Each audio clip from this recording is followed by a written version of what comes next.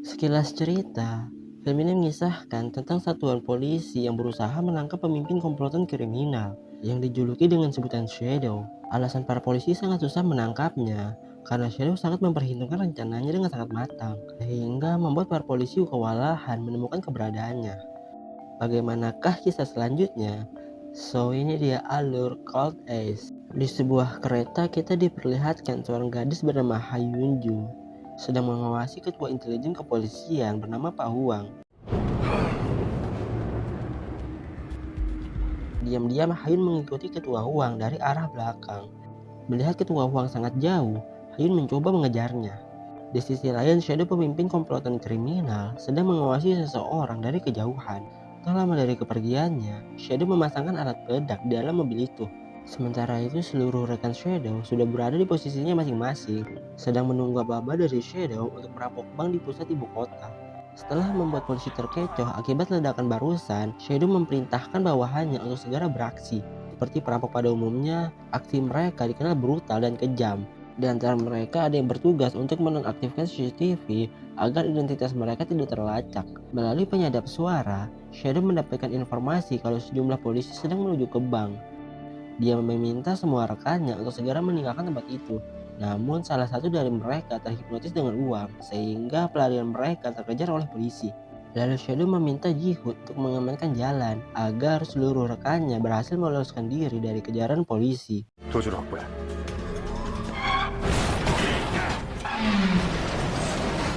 Sementara itu di sebuah kafe, Ketua Huang menghampiri Hayun. Ketua Huang mengira kalau Hayun adalah teman-temannya.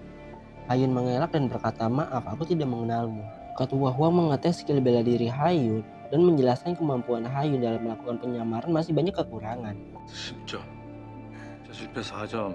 지금 그 멍청. Dari sana terungkap bahwa Hayun sedang melakukan tes untuk menjadi intelijen kepolisian. Ketua Huang bertanya apa saja yang diamati Hayun sejak di kereta. Hayun menjelaskan semuanya ketika Ketua Huang turun dari kereta saat Ketua Huang berbicara melalui telepon selama 10 detik di depan bank menggunakan telepon umum di depan supermarket. Di sana Hayun menemukan bekas catatan yang ditinggalkan oleh Ketua Huang, serta ciri fisik seorang wanita yang menabrak Ketua Huang di dalam kereta secara detail. 카키색 코트, 흰색 스카프, 베이지색 백을 들고 있었습니다. Ketua Huang bertanya kembali siapa yang mengambil koran yang dijatuhkan olehnya.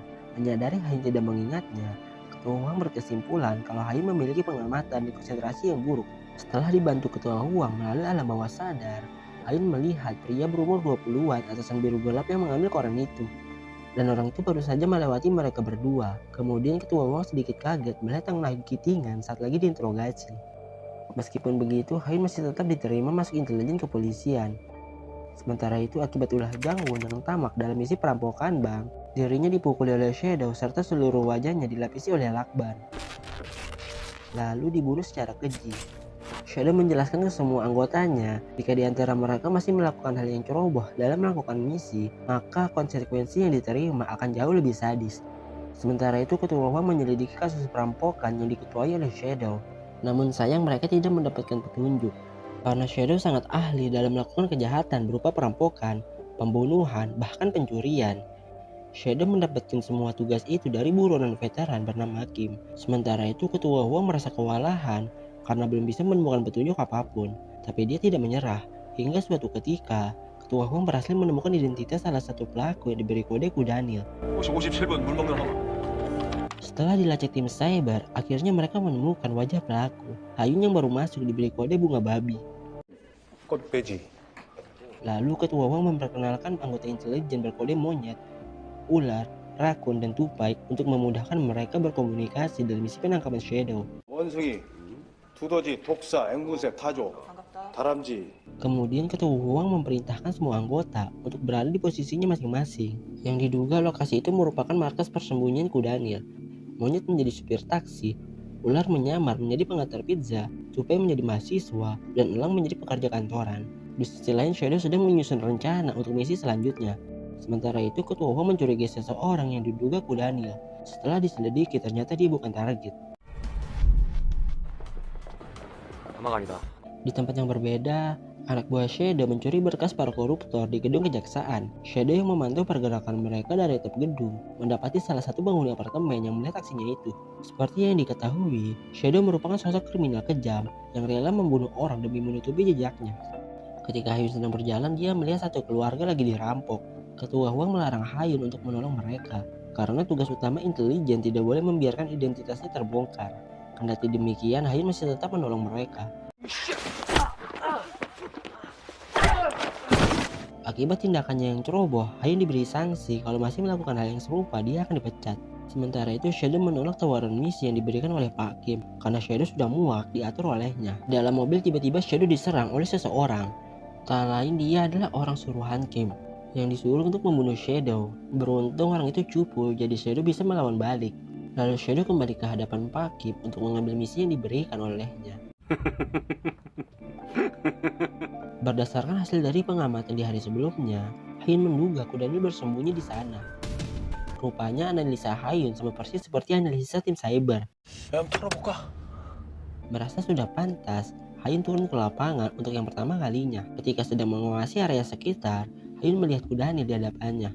Ketua Huang memerintahkan Rakun dan Tupai untuk membackup Hayun dari arah belakang. Ketua Huang meminta Hayun untuk tidak panik karena ada rekan yang akan membantunya jika terjadi hal yang tak terduga. Setelah keluar dari lift, terungkap markas Kudanil berada di kamar 715. Selanjutnya giliran Tupai yang beraksi. Tupai mengambil sidik jari Kudanil yang membekas di tombol lantai lift dan memasang beberapa kamera CCTV di sekitar kamarnya. Sementara itu, Shadow mencuri data pasar saham.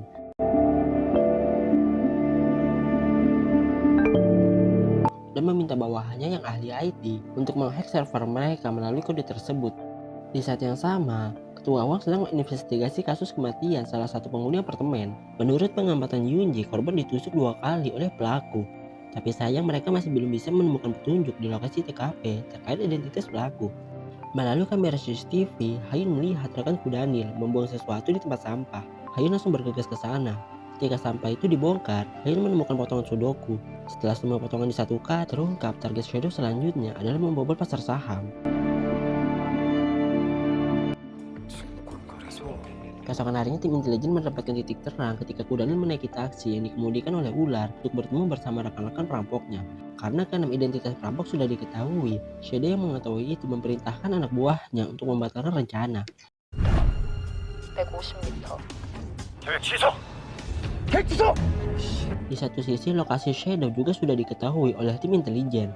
Menyadari penyebarannya sudah terungkap, Shadow berusaha kabur dari kejaran Ketua Huang. Kembali ke 6 perampok, mereka terpisah menjadi 2 bagian. Mobil yang ditumpangi Panther dan Scarecrow kehilangan kendali akibat terkena paku yang dipasang oleh Tupai. Sementara 4 perampok lainnya berhasil dikepung oleh polisi. Yang namanya perampok pasti punya 1000 cara untuk kabur, tapi itu semua hanya sia-sia. Akibatnya membuat Kudanil tewas, dan yang tersisa berhasil dibekuk oleh pihak kepolisian. Tim intelijen mencoba menghubungi Shadow dengan berpura-pura sebagai pengantar paket. Menyadari itu hanya tipuan, Shadow langsung bergegas dari sana karena kini posisi sudah terlacak. Ketua Huang dan Hayun mengikutinya dari belakang. Tupai yang sedang dalam penyamaran menjadi polisi lalu lintas meminta Shadow untuk menunjukkan kartu KTP karena tidak menaati aturan lalu lintas. Tanpa diduga, penyamaran Tupai terbongkar. Kini nyawanya berada di ujung tanduk akibat bekas sayatan di leher. Pada akhirnya si Tupai meninggal di rumah sakit. Sementara itu, Shadow sedang bertarung melawan para bawahan pria misterius. Setelah berhasil mengalahkan mereka semua, Shadow langsung membunuh pria misterius karena gara-gara misi yang diberikan olehnya membuat kedua anak buah Shadow mati sia-sia. Di sisi lain, Hayun merasa sedih karena telah kehilangan Tupai meskipun hubungan mereka begitu singkat. Suatu ketika, Hayun melihat Shadow di depan minimarket. Setelah mendapat kabar itu dari Hayun, Ketua Huang dan tim intelijen langsung bergerak. Tanpa diduga, penyamaran Hayun sudah terbongkar ketika Shadow berkata, "Apakah kita pernah bertemu?" Ketua Huang menyamar sebagai pengunjung untuk membackup Hayun jika terjadi sesuatu yang tidak diinginkan. Sadar dirinya sedang diikuti, Shadow langsung pergi dari sana dengan membawa sebuah pisau. Ketua Huang mengikutinya. Terjadilah perkelahian antar mereka.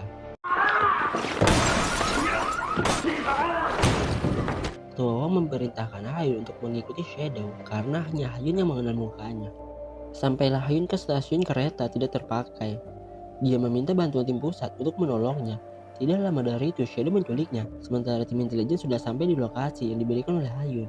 Lalu Shadow menyandera Hayun agar bisa lolos dari tempat itu. Tapi sayang Hayun berhasil memberontak.